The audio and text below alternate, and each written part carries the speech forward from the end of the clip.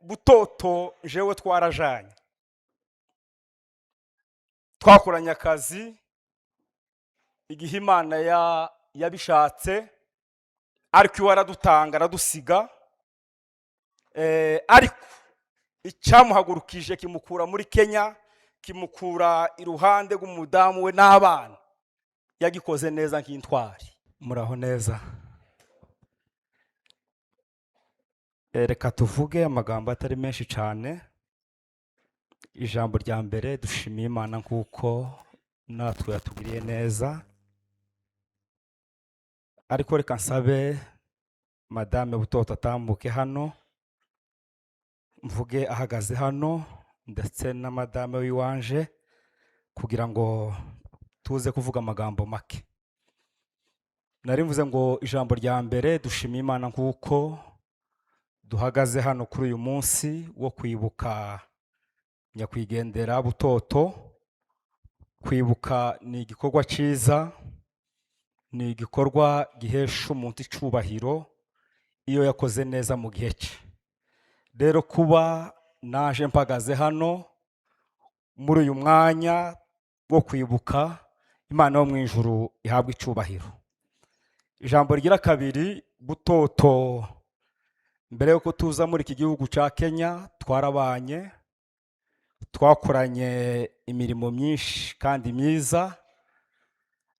Uyu mudamu gihe nkoze ubukwe niwe wari marene wanje, murumva twari inshuti.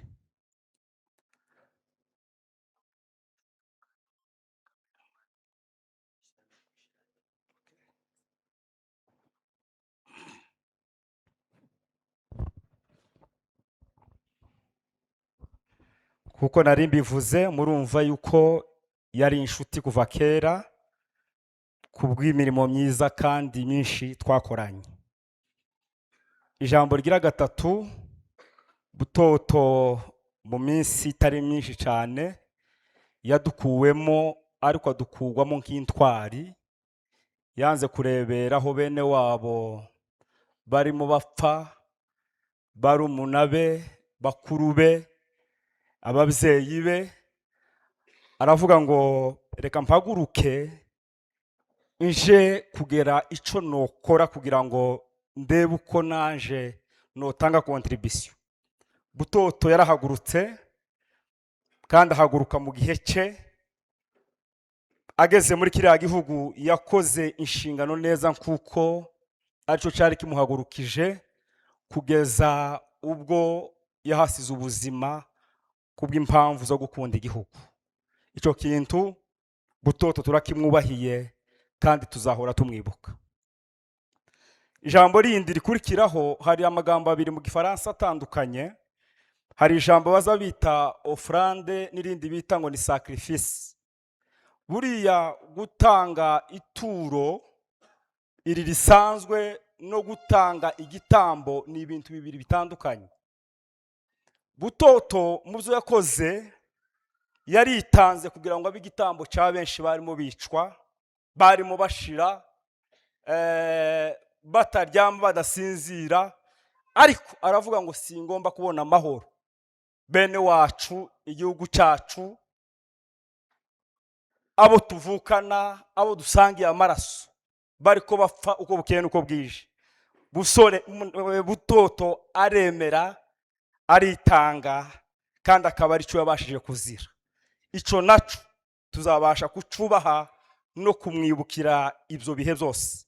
Usibye n'iki gikorwa kibaye hano, hari n'igihe kizabaho cyo gukomeza kwibuka intwari zose zadusize kubwo kwitanga kugira ngo zibashe kurwanira igihugu. Ijambo rikurikiraho, Butoto jewe twarajanye,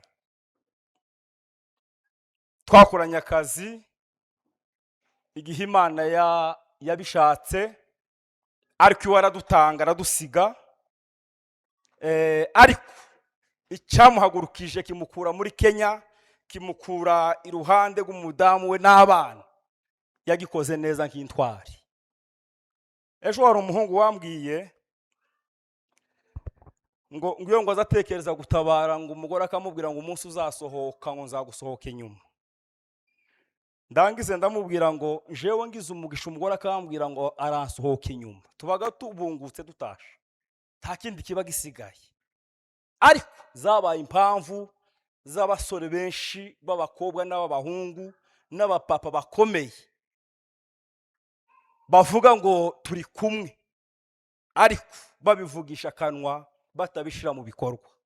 Butoto icyo yavuze yabashije kugikora kandi turacubashe.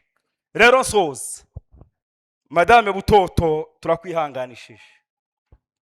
Umugabo wawe apfuye nk'intwari, apfuye nk'umugabo wahagurutse akora neza mu gihe cye. Bibiliya ivuga ngo Dawudi ngo amaze gukora icyo Imana yashatse mu gihe cye. Hari igitabo nasomye gisobanura ayo magambo mu bintu 12 Dawudi yakoze mu gihe cye. Semene amen. Ikintu cya karindwi ngo yabashije kubahisha ngo igihugu ciwe, ngo yubahisha Imana mu gihugu cye, ngo yubahisha Imana atsembaho ubwami bwose butubaha Imana, ngo gituma Dawudi abasha kwibukwa. Icyo Butoto yakoze, usibye abanyamurenge bari muri Kenya, abanyamurenge bose bari ku isi babiheshera agaciro, kandi turabyubashe mu mitima yacu, tubihaye uburemere kubera yuko tuzi icyo yabashije gukora. Ijambo ryongeyeho uhumura uzabaho kubera yuko umugabo wawe tiyapfuye yagiye kwiba, tiyapfuye hari ibindi bintu arimo, ahubwo ni ishaka ryatumye abasha gusiga ubuzima bwe. Rero uhumure n'abana muri kumwe, muzabaho kandi Imana izabashoboza. Abana niyo gutabara, timukananirwe no gusengaga, muzamusengera bene iyi miryango kuko ga byose tibyowananira. Semen amen. Semvuze nabi. Rero Imana yatubashije natwe tukaba hano hantu, turayishimiye. Amagambo 3 Butoto yakundaga. Butoto yari inshuti yanje mu minsi yose twabanye. Twagezaga nimugoroba tuvuye mu kazi tukiherera, kugeza umunsi wa nyuma Butoto dutandukana, nije muntu twaherukanye. Rero turabihanganishije itorero, mwabuze umuntu ukomeye n'abanyamurenge ku isi, ariko apfuye nk'intwari, tapfuye nk'abagabo bari mu gupfira mu mazu, hari ibikorwa bibategereje. Kandi umuntu wese wumva ishaka tazategereza yuko bamusensibilize. Sensibilisation tiyofata umuntu ngo agende, ishaka riba mu mutima. Iyo ryakugezemo tuzi usezera, uza wisanga mu gikorwa ukaba intwari. Niko Butoto yabikoze kandi niko byagenze, bigenda neza. Rero turabihanganishije, tuzamusura mu rugo, tumwihanganishe.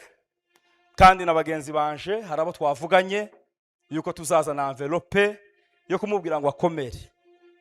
Ari kumwe n'abagabo taca zabura, MRDP hari n'abanyamurenge ku isi, kubera yuko hari ico umugabo yabashije gukontribuye kugira ngo abanyamurenge babeho.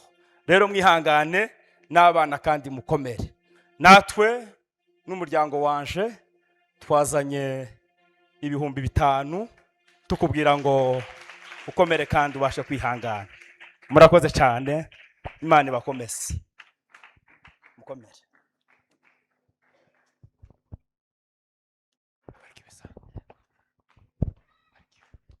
Abayumbe bagize iki gitekerezo cyane, Imana ibaheze umugisha. Ko muri abagabo b'intwari mufite igikorwa cyiza. Noneho jewe natekereje ndavuga ngo ibi bintu ko bisa nkaho biba bisubira kuja kwiburura cyane, kandi ibintu ariko bazabakomera kugira ngo iki gikorwa kiza gisubirwaho, muzamukomera mwerekane kuko Butoto yapfuye ari intwari. noneho jewe ndavuga amagambo atatu kandi uku ndarangije. Ibintu byo kurondogora muzobyikuremo kuko nayo ni nk'indwara. Noneho butoto ntawuzi umuntu usibye Imana yo mu ijuru gusa n'imuzi, ariko butoto jewe twabanye nawe akiri muto, usibye kuko tiswe umusegege ndi umunyavyinshi, ariko byari bisa nkaho inusi imwe ndiwe kandi wo kwande wo kwase wa butoto. Nagize imyaka 17 butoto ashaka uyu mugore, butoto avyara, iyi famiye yose yabo nije wayikuye ku gashararo ndayizana nyinigeza hano. Butoto namusanze hano. Ukuvuga ngo butoto ni ibintu bitatu. Mwebwe mwamuboneye hano, ariko njewe naramureze ari muto. Twagiye kugura senti mu Rwanda ndayizana no ku gashararo ndamubwira ngo buto wige senti. Butoto arayiga. Ngo buce butoto mwigisha gusenga. Ndamubwira ngo gusenga uje mu masi uza dusenga. Butoto aravyemera. Mwigisha kuja mu kiyumbe. Butoto aravyemera. Mwigisha kuba konditeri.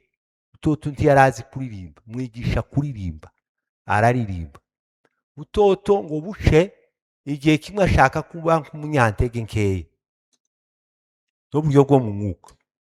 Noneho nshakisha ubuntu bwose mbona butoto kugira ngo agaruke, namagenda mvuga muza mukoresha n'ubwenge nabwo bubaho.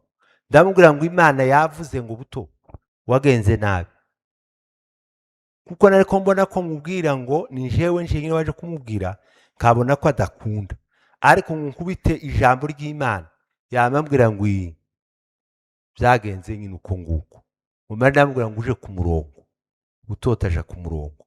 Butoto icya gatatu namwigishije ijambo ry'Imana, teoloji imyaka 3. Kuriya butoto yari mu teologi, yari yarize ijambo ry'Imana. Butoto hari ibintu bibiri mwebwe mutazi butoto yagiraga. Ikintu cya mbere butoto yagiraga karyo, niyo yaryazaga umupanga wiwe wari sawa, yashinga igiti n'uruzitiro gute bigakomera. Butoto ikindi cya kabiri yagiraga, yakundaga kuryamira kuva mu isi y'abarimwe bose. Ubushanga bwo kuvuga ngo abyuke ku buriri gute cyari gitangaza. Ku gashararo ni jewe nagadaro akagenda ngafata amaguru ari ku gitanda kamukurura nkamubwira ngo tuje mu ikorari, kuja ku kiraro kuja gukaminka. Abandi bakagenda saa 2 saa 3 butoto akiryamye, kagenda ngashika mu nzu ngakingura nkamusanga ku buriri, kamubwira ngo abandi bakaminka ziko ziraho, ngakurura ngakuraho uburengeti, kamubwira ngo tugende. Butoto mwebwe ntimwari mumuzi, jewe ntacyo nuvuga cyane kubera ko umwanya nushe n'abayumwe ngo barashaka kutumukunga hano, kandi mukunga ni sawa, uzuzamura nawe ibitekerezo ukebura ibindi bintu bimwe bipfuye bikava mu bwonko. Rero ahubwo jewe zosabisha mutima, revera mutima, nimara mvuge butoto neza. Rero mukomere mama, butoto yarangije ikivi cye kandi nyiha ukomere nta kibazo. Wowe utaraguye ku gashararo uzogwa warageze muri kapitali? Tibishoboka. Iriya ku gashararo twamukuyeyo agiye gupfa, ariko uhumure butoto arahari. Ahubwo twese iyo abatwari dufite imbaraga ngo tuzogende dupfurufu nkaruya butoto yapfuye, aho kuvuga ngo umuntu yicwe na malaria hano cyangwe agwe Kenyatta nogwa mu Minembwe akaba ariho bampamba. Rero mukomere, kandi iki gikorwa nibazo zabagikora muzamwerekana ubutwari no gukomera. Murakoze cyane.